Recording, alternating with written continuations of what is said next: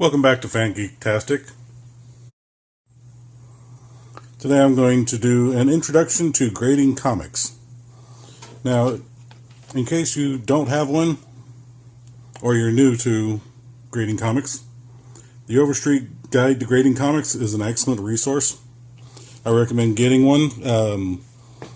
Pretty much for the last 10 years, the grading information in it's going to be pretty much the same. You do not have to get a new one. So, there is some stuff that the grading guide's not going to show you that the grading companies will allow, and each grading company grades slightly differently. Now, these comics over here are the ones I'm going to be showing you. So, I have two Amazing Spider-Man here, same issue. They have the exact same defects in them, except for one. Both of these would be graded as a 9/8 normally, because they have no corner issues, no spine issues.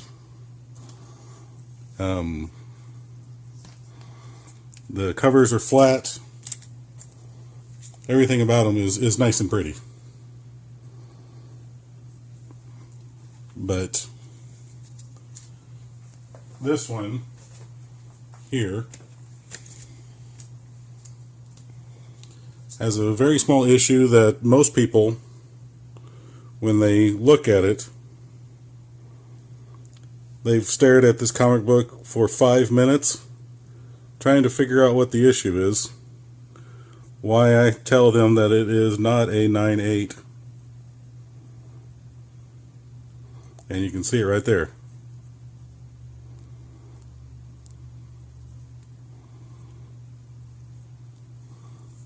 Looking at the comic, people have a hard time believing it. But you get over here, and right back over here, right where the P is, you see that there's color loss there. That color loss is not from any damage that occurred due to tape sticking or any other secondary problems. That is from printing. It has nice gloss. Everything is fine about it. The problem is for some reason, either there's something landed on the page, the piece of paper that this was made from, or it just had a hiccup in the printing process. This right here has a little spot where it did not get the ink onto the sheet. Otherwise, this would be a 9/8. As it sits, some grading companies will rate it as a 9/6. I personally put it as a 9/4. This particular comic book here, you see it's got a little bit of warpage going down here. And I have not pressed this one. I'm probably never going to press this one. And it has to do with the fact that it's not worth pressing. Even though the condition of it from the outside, if you're looking at the spine here like I am, you're seeing very small amounts of spine dings. You got one here, you got one here, one up here, very small one there. You got another one here, here, here, here. That's pretty much on the spine dings. The cover is a little loose. You can see down here where you're showing the inside pages. And you should be able to slide the cover down a little bit.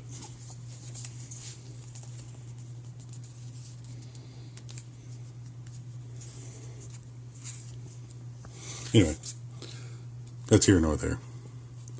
Now, whenever I originally looked at this, I thought maybe it had been cut because of how close it is to the edge here. But comparing it to the other Silver Age that I have, it doesn't seem to be cut. It seems to be the same size. If you look at the inside, you'll see that the color of the sheet, of the pages, is actually pretty good. I'm not seeing any ripping on the grip holes. The cover is a little loose.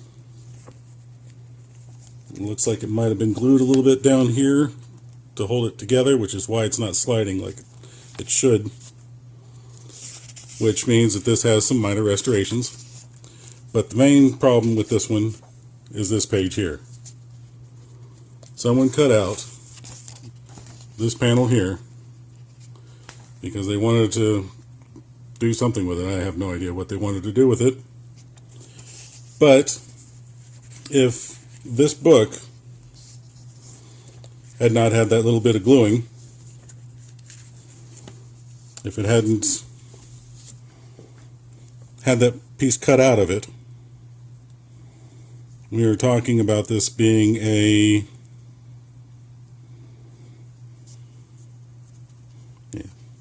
see here, you can see that on the cover and here at the top, I don't know if you can see that very well, the cover is overlapping on the top the same amount that it's lacking at the bottom, which means that whenever they added this little bit of glue to try to keep it together, they didn't line it up properly and it's been shifted up. So this is not only a damaged comic book because of the panel that's cut out, it's also considered a amateur restored comic book because of the glue that they put down here. Now this glue can be removed, but there's nothing that can really be done about this page. This page is always going to be like this. Now, if this would have been cut out on a page that was nothing but coupons and advertisements, then you could probably get a qualified grade at CGC as probably a 4, 4.5, maybe as high as a 7, because it looks like it's a 7. The cutout, that's a 1.4, 1.5 per the grading guide, depending on which version. Some of the versions will list it as a 1.0 because they don't allow cutouts until you get to 1.0. Now, some versions will have it as a 1.5. Because of the quality of this, the rest of this book, how it displays so well, it would probably grade at a 1.8 because if you're lacking a bunch of damage, they are a little lenient on other damage, which allows it to go up a little bit in the grading. Alright, we're going to look at a comic book that I just got from a lot that I purchased. And if you look down here where I just had the light, you can see there's an indentation in the cover. Now it does not look like it's color breaking, and there's another small one right here that does not look like it's color breaking. And if we go up the side here, I don't see any issues with the corner here. I can't really see anything issue with the corner down there. If you go up here and look at this corner, it looks okay.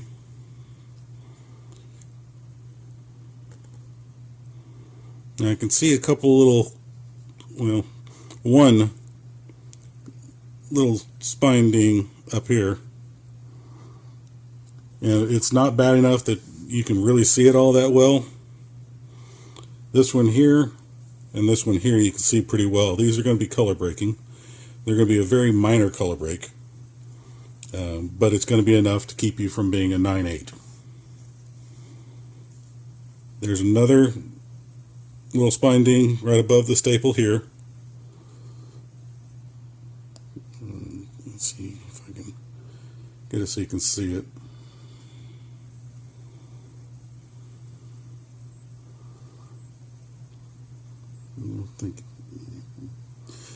I think you can see it.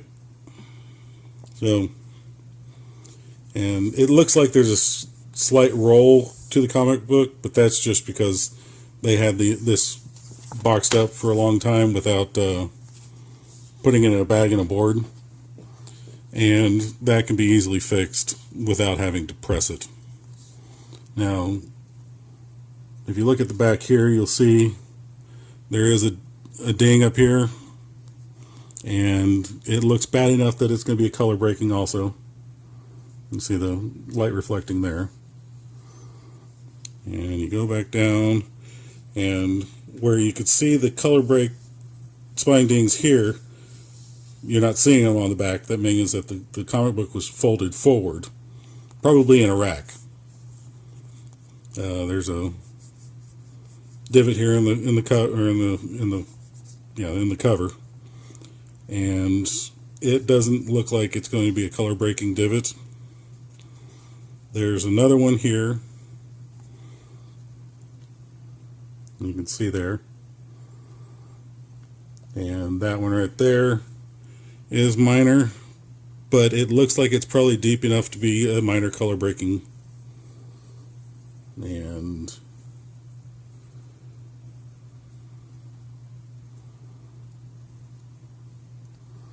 that seems to be it for the cover. Now, with most of the books, they're not going to have the issue that Green Lantern did, especially the newer stuff. You're going to open it up, and you're just going to see that the inside looks like it's supposed to. Now,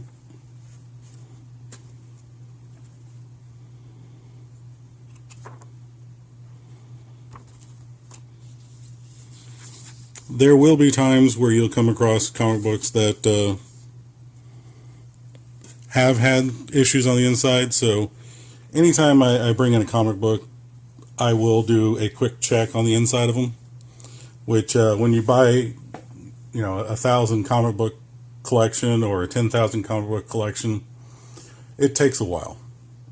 But if you're going to be providing these comic books to other collectors, you definitely want to know if the inside of your comic books are good or if they're not.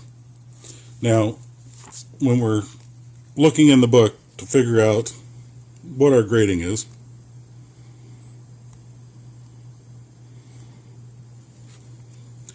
there is this little handy chart here. Now, not all grading companies will use this chart. Some of the grading companies say that they don't use this chart, they use their own chart. But it's a good guide. Now, a 9.8 is going to allow up to one minor problem. A 9.6 is one semi-major. We're talking about a good size, about 1/8 of an inch color ding on the spine, or two minor ones, which are a 1/16 of an inch or shorter. A 9.4 will allow up to 3 dings that are color breaking. That's what this comic book has, is three dings that are color breaking. Correct? Got 2 on the front, 1 on the back. Let's just say that there's 4 there, which would drop it down to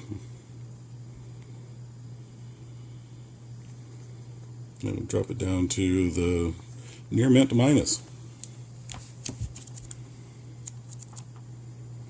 which is a 9.2.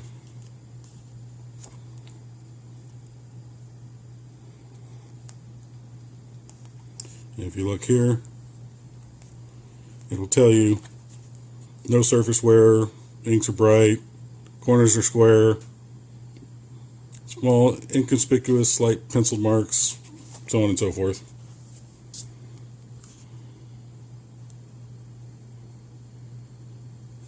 And cover creases. 1/16 to 1/8 bend with no color break allowed. Now, if you're going to grade your comic books, send them in to a grading company to have them graded. You have to take into account what you want to do. Are you wanting to resell?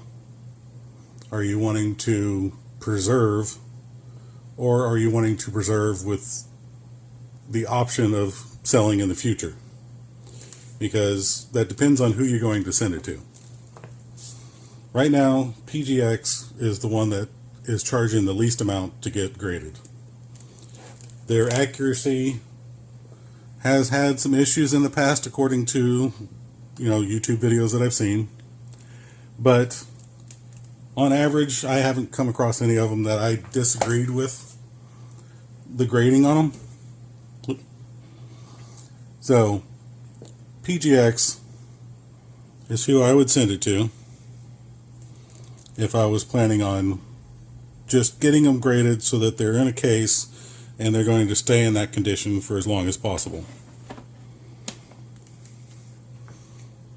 Now, if you're looking to get them graded so that you can hold on to them and have the option of selling them later for a good price, then I am going to go with CBCS. Now, the pricing on here is not accurate. I think that was just on the bag. But it's probably somewhere in this vicinity for a 9.0, The Death of Professor X. And this is CBCS. And this company is really good for grading. They just don't have the resale value at the moment that CGC has. I'm not entirely sure why, because I've had less issues with the comic books that have been graded by CBCS. But CGC right now is the one that everybody seems to want to grade their comic books. So if you're looking to quickly resell, you want to go with the CGC. If you want the option of selling in the future, CBCS. If you just want to hold on to them for the future so that they don't get damaged, then I would go with the PGX. Now, some of the items that I use whenever I do grading for comics is I will use a little magnifier. And this one here has a blue light.